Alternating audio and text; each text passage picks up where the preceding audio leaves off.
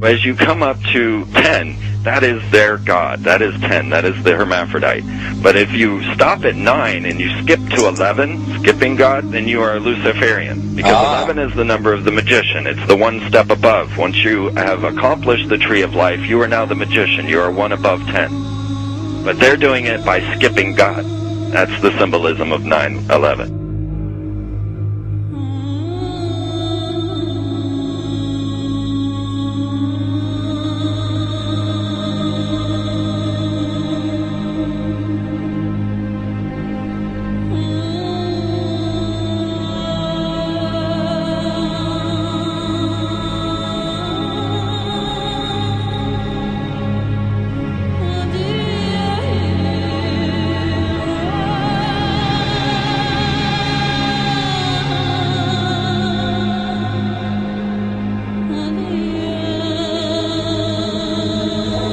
It is a big idea, a new world order. We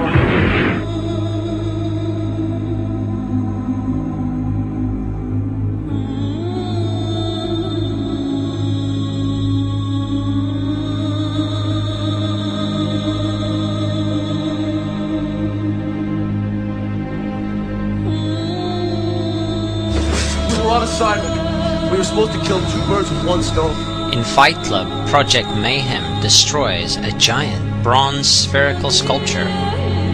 This seems an obvious reference to the sphere at the World Trade Center complex. Trust me. Everything's gonna be fine. In a pivotal scene reminiscent of 9/11, we see the destruction of skyscrapers and the change of a skyline. Second anniversary of the 9/11 attack on the World Trade Center, George Bush asked for an $87 billion increase in military spending.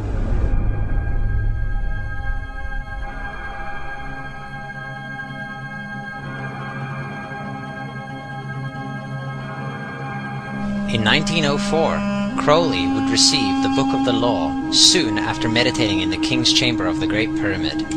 He claimed he had been contacted by a being called Aiwass. Crowley would also use this symbol in his work. Some of its meanings are said to include a reference to the number 77 in Hebrew and a connection to the god Pan. Crowley made this drawing of a non-human intelligence he saw during a ritual. Synchronous 23 has made the connection between Aiwass and the Wizard of Oz, and has further pointed out the similarities between Crowley's grey alien-like drawing and the depiction of the projection of the Wizard of Oz in the film version. The much overlooked theory has been put forward on the internet that when we are looking at George W. Bush, we are actually seeing Aleister Crowley's grandson. I have suggested that this video footage of George W. Bush reading The Pet Goat, coinciding with the start of the 9/11 mega ritual, is in fact a dedication of the 9/11 mega ritual to the great god Pan by Aleister Crowley's grandson.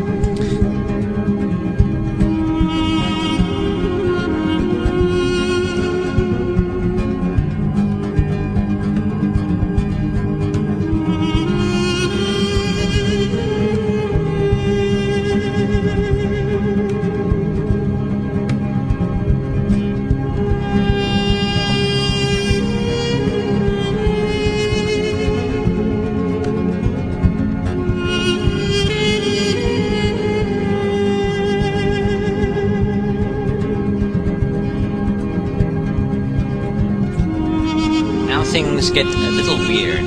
This is the 1978 version of The Wizard of Oz, The Wiz. Again, we see the Emerald City connected to New York.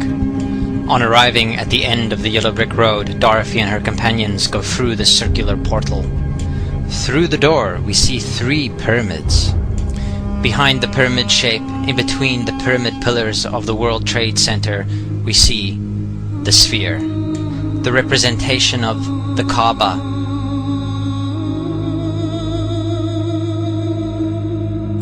The inhabitants of Oz dance around the sphere in ritualistic fashion.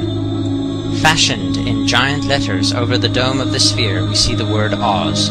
Oz, symbols of Pan and Aiwass, seen smack at the heart where the new Aeon was ushered in, and where the Stargate was opened.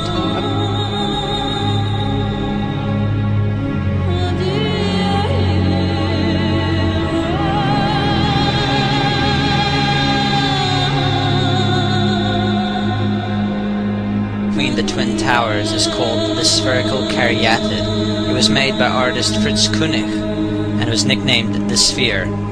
We see that Koenig made this thing in Bavaria, the same place where the Illuminati was founded. The most interesting fact about the placement of the Sphere at the World Trade Center Plaza has to be that architect and designer of the World Trade Center, Minoru Yamasaki, intended the plaza itself to be a representation of the Grand Mosque of Mecca, the Sphere in particular taking the place of the Kaaba.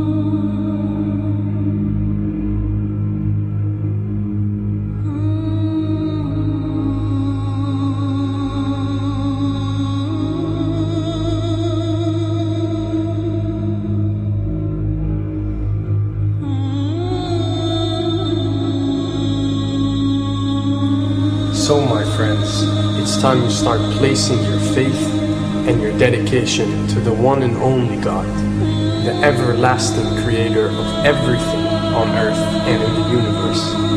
He is greater than anything our minds can comprehend. Do you know how many times Muslims are required to circle the Kaaba when they visit it? 7 times, each counterclockwise. Would you like to know why?